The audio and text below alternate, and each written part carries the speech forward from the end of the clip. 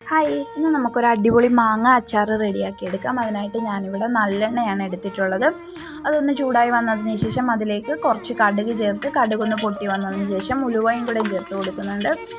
ഉലുവയും നല്ലതുപോലെ ഒന്ന് പൊട്ടി വന്നതിന് ശേഷം അതിലേക്ക് ഉണക്കമുളക്, ഇഞ്ചി, വെളുത്തുള്ളി, പച്ചമുളക്, കറിവേപ്പില ഇത്രയും കൂടെയും ചേർത്ത് കൊടുക്കുന്നുണ്ട്. കുറച്ച് ഇഞ്ചിയും കൂടുതൽ വെളുത്തുള്ളിയുമാണ് എടുത്തിട്ടുള്ളത്. ഇതെല്ലാം കൂടെ നല്ലതുപോലെ ഒന്ന് വാടി വന്നതിന് ശേഷം അതിലേക്ക് പൊടികൾ ചേർത്ത് കൊടുക്കാം. ലോ ഫ്ലെയിമിലാക്കിയിട്ട് മാത്രം പൊടികൾ ചേർത്ത് കൊടുക്കാം. മഞ്ഞൾപ്പൊടി, എരിവിനാവശ്യമായിട്ടുള്ള മുളക് പൊടി, കായപ്പൊടി, ഉപ്പ് ഇത്രയും കൂടെ ചേർത്ത് നല്ലതുപോലെ ഒന്ന് മിക്സ് ചെയ്തതിന് ശേഷം അതിലേക്ക് വിനാഗിരി ചേർത്ത് കൊടുക്കാം. ഒരു നുള്ള് പഞ്ചസാരയും കൂടെ ഞാൻ ചേർത്ത് കൊടുക്കുന്നുണ്ട്. എന്നിട്ട് ഫ്ലെയിം ഓഫ് ചെയ്തതിന് ശേഷം അതിലേക്ക് അരിഞ്ഞ് വെച്ചിട്ടുള്ള മാങ്ങ ചേർത്ത് കൊടുക്കാം. ഇത് ഞാൻ തലേ ദിവസം അരിഞ്ഞ് ഉപ്പ് പുരട്ടി വെച്ചിട്ടുള്ള മാങ്ങയാണ്. അത് നല്ലതുപോലെ ചേർത്തൊന്ന് മിക്സ് ചെയ്യാം.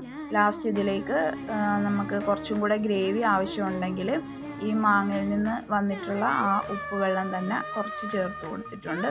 അതും കൂടെ ചേർത്ത് നല്ലതുപോലെ ഒന്ന് മിക്സ് ചെയ്താൽ നമ്മുടെ മാങ്ങ അച്ചാർ റെഡി ആയിട്ടുണ്ട്.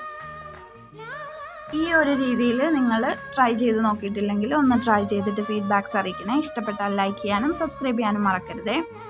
By and take care.